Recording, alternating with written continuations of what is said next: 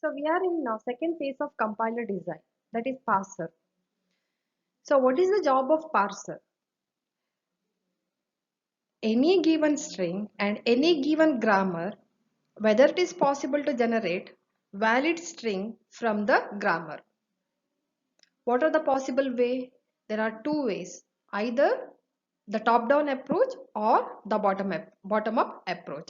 In general, I can say the string can be generated from the grammar from the start symbol to input, or from input to moving towards to start symbol, derivation or reduction. So the parsers can be, in general we can say this can be classified into top down parser and the bottom up parser. And we have seen that in the top down parser, again there are two categories, that is top down parser with backtracking and top down parsers without backtracking. So what is the backtracking concept? The backtracking is the concept of checking the possibility. Means if the selected possibility is wrong, then we have to go back and choose another possibility and so on. In the second version, that is top-down parser without backtracking. So again we have two algorithm here, that is recursive descent top-down parser and non-recursive descent top-down parser. So we studied in recursive descent parser. Why the name recursive? Because for every production, means for every non-terminal, we're going to write a procedure. So what type of procedure it is? Recursive version of procedure. But what is non-recursive descent? In non-recursive descent, so the algorithm is not recursive version. So it is also called as LL1. So LL1 means leftmost, right? Left, we are scanning input from left to right, but one input at a time. Okay, how many look at? Only one input. So we are scanning only one input at a time. So in non-recursive descent, we studied the parser algorithm, and the parser algorithm uses input buffer, stack, and the parsing table. So input buffer and stack is common for every parser, but the only change is the parsing table. How to construct a parsing table? For that reason, we studied the concept of first and follow. Okay, and also you studied what is the use of first and follow, and using this we're going to construct the parsing table. Once parsing table is constructed, then it is very easy to parse the input from the given grammar because table contain useful information. Okay. And the second is bottom up parser. So in the last video, we studied what is bottom up parser and the basic version of parser, right? So there we studied the basic version is shift reduce parser. In general, we can say that the bottom up parsers are two categories, that is LR parsers and operator precedence parser. So LR parsers are again classified into three types, that is simple LR parser, canonical LR parser, and look ahead LR parser. Why that name LR? See, we studied why LL1, right? Similarly, we have some meaning for LR. So LR stands for we are scanning the input from left to right, and R stands for the rightmost derivation in reverse. Okay, what is L? Left to right. Scanning input from left to right, and R stands for rightmost derivation in reverse. And also we studied something like the grammar, right? The grammar is ambiguous. When to say the grammar is ambiguous and how to remove the ambiguous grammar. So very important concept is, see in LL1 and recursive descent, see top down parsers without backtracking doesn't work for ambiguous grammar. It means it doesn't work for the grammar if the grammar contain left recursive property. Okay, therefore, so what we have to do, we have to remove the left recursive property from the grammar, then okay, give that input for the top down parser, that is for without backtracking. But here, even for LR parser, the same concept. But for operator precedence works for ambiguous grammar. So let us see how it works. Okay, later slides.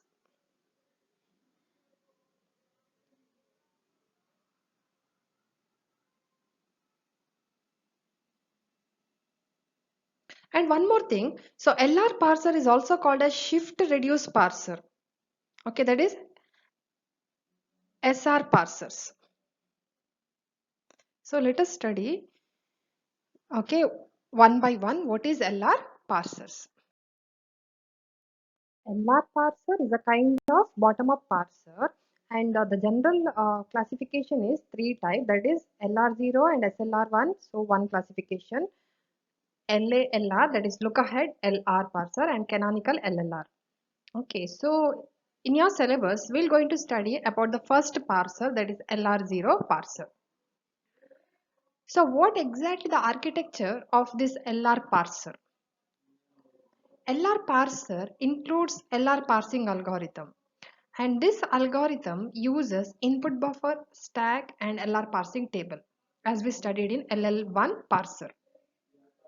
See, LR parser algorithm is same for all the classification of LR parser, only the thing is how to construct LR parsing table.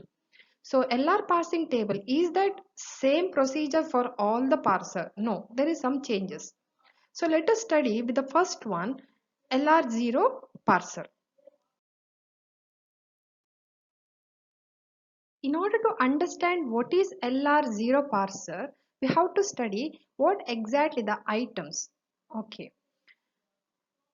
And also we need to study a function like goTo function and the closure function, because we need to construct LR parsing table, right? So listen carefully, for LL1 parser, in order to construct the parsing table, we have the concept like first and follow.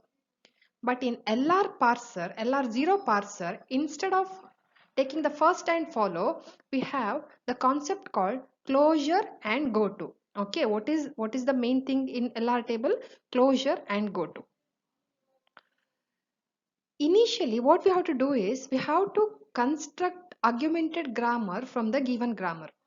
Let us assume G is a given grammar, and what is the symbol, the start symbol in grammar G? It is capital S. We have to construct augmented grammar, that is G dash, means what we have to do, we have to add one more new production, that is S dash derives S to the existing grammar. The purpose of this new starting production is to indicate to the parser when it should stop parsing and enhance acceptance of input. In general, let us consider this is a grammar G. Okay, what is the grammar? S derives A, and capital A derives small a, capital A, or B. What is augmented grammar? Augmented grammar means we have to add a new production. What is that production? S dash derives yes to the existing grammar. So this is the augmented. So what is the new thing here? Only one new production, that is S dash derives yes. So the initial step, we have to construct a augmented grammar from the given grammar. Now, in order to construct a parsing table, so we have to know, so what is items? So that is called as LR0 items. Let us consider one such production, S derives AA. So what is LR0 item for this particular production? See, what we have to do is, we have to place dot in the right hand side.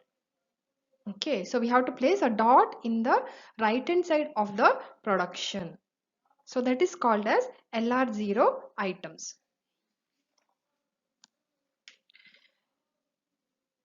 So let me place the dot. Okay, initially, see in the right hand side, that dot is visible, right? S derives dot A, which indicates that in the right hand side, I have not seen anything. And after that, look at this, the dot is shifted to middle. So A dot A. So this means that in the right hand side, I have just seen capital A. S derives A dot. So this implies that I have seen everything in the right hand side. So now see the third one, S derives A dot, is very important because according to this I have seen everything. That implies that now this is the right time to perform reduction. So now A. So in the input we have seen A. Okay. So that will be reduced to capital S. So this is what the hint. Okay, in this way, we're going to construct LR0 parser. Similarly, we have to study the two operation, the closure operation and go to operation. What is closure operation? Here what we have to do, for each item, we have to find out the closure. How to find out the closure? Let us follow two rules. The first one, initially every item in I is added to closure I. Second, if A derives alpha dot B beta is in the closure of I, and what is B? B derives gamma is a production. Then add item B derives dot gamma to I. Okay, what we have to do? If the production is like A derives alpha dot B beta. What is B? B derives gamma. Then for this particular item, we have to add a new production. Beta derives dot gamma. If it is not already there. So we apply this rule until no more items can be added to closure of I. So we'll study clearly with the help of example in the next slide. Similarly, one more operation that is called as go to operation. So what is go to operation? Go to I on X. This is something like DFA. Okay, we have to perform the state transition. So there is something called the edge, right? So how to perform the state transition? On taking the input capital X, it will change the transition. Okay, so that is like go to operation. So we'll study with the help of example. Let us consider one example. So this is the grammar. The grammar contains three productions. Okay, S derives capital A and A derives A bar B. So what we have to do initially, we have to construct augmented grammar. How to construct augmented grammar? By introducing a new production, that is S dash derives yes. So the first step is create augmented grammar. So that is over. The next step is finding the items. Okay, how to find out the items? So let us find out the first one, which is the first production. S dash derives yes. So what we have to do is, in the right hand side, we have to place a dot. Okay, if the right hand side contain dot, then that is treated as items. So initially S dash derives dot yes. So dot means I have not seen anything. Dot followed by capital yes. Now we have to find out the closure. Closure of what? Closure of capital yes. What is the production of yes? S is equal to A. So now what we have to do? We have to again find out yes derives dot A. Now dot is followed by capital A. Now again find out the closure of capital A. Okay, in this way I can find out the first item. So what is the first item? S dash derives dot yes. Because of dot, okay, dot followed by capital yes. Now we have to expand what is capital yes. What is capital yes? Yes derives A. Now put dot on dot A. Now what is capital A? Capital A derives dot A, capital A bar dot B. Now anything to expand? No. Okay, so this is over. Now look at this particular state. From this state, we have to perform the go to operation. Okay, till now we studied how to perform the closure. Now let us perform the go to from this particular state. Go to operation means it is something like the DFSM. There is something called the edges. Okay, so the edges means how many production we have? Exactly three production. The first production says that on taking capital yes, what happens? The second production says that on seeing capital A, what happens? Third production says that third production contain two alternative. On seeing small a, what happens? On seeing small b. Okay, so how many edges? Exactly 4 edges. The first edges on seeing s. I have seen yes. Now what happens? S dash derives yes dot. Whether dot followed by any symbol now? No. So this is called as final item. I have seen everything. Understood? This is called as final item. No transition from this particular state. Now on seeing capital A, so what happens? S derives A dot capital A. Now dot followed by something, right? What is that capital A? Now you expand what is capital A. That I have done. Now on seeing small a, so what is the next step? On seeing small a, the dot is skip to middle point, so then it is followed by capital A. Hence you have to expand what is capital A. Find the closure of capital A. On seeing B, it is A derives B dot. So this is also final item. So in the second step, we got two final item. One is S dash derives S dot and another one is A derives B dot. So no more transition from these two state. Now consider in the second stage, the second state. What is that? S derives A dot A. So on seeing capital A, S derives A dot. Now this is completed. So now it is final item. Next, okay, A derives on seeing capital A. What happens? You just produce the set. Okay, you just find out the closure. We'll get one state that is the same as this one. So the transition is for existing one. Similarly, on seeing B, what happens? Okay, so again the transition for existing one. No need to create, no need to write the state once again. Okay. Now what is left?